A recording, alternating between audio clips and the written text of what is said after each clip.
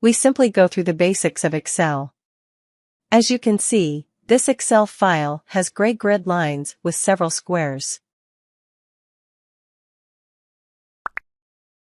Here, the Excel window appears. The first step is to open Excel from the Start menu by selecting Microsoft Office, then Excel. The second method is to press Ctrl+N after opening an Excel file. Then we must acquire the ability to select on a column, row, or cell, and the rows will begin with 1, 2, and 3 up to 1, 0, 4, 8, 5, 7, 6 rows, respectively. The columns will begin with A, B, C, and D. When choosing a column, I will right-click on the column names in the top of the screen and then choose the desired column. I first need to know how to launch Excel and learn more about screen idioms. This is the box that I stand on and where the cell is for me.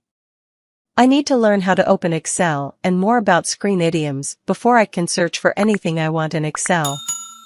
Additionally, we have a scroll bar that we can fully move from top to bottom and from right to left.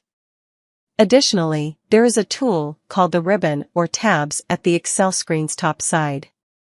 It also has numerous lists for all Excel tools. Or it names menu bar, and it has multi-tabs. Additionally, we have a tool called tabs, as seen in the worksheets below.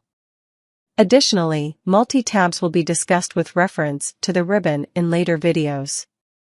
Plus, there is another tool called Quick Access Toolbar in the top left corner of the Excel file, which is used for all other tools and is frequently used. Additionally, we have a tool called the Formula Bar, which shows the formulas in it. Additionally, we offer a tool called Zoom that allows you to change the page size and zoom in/out of an Excel file.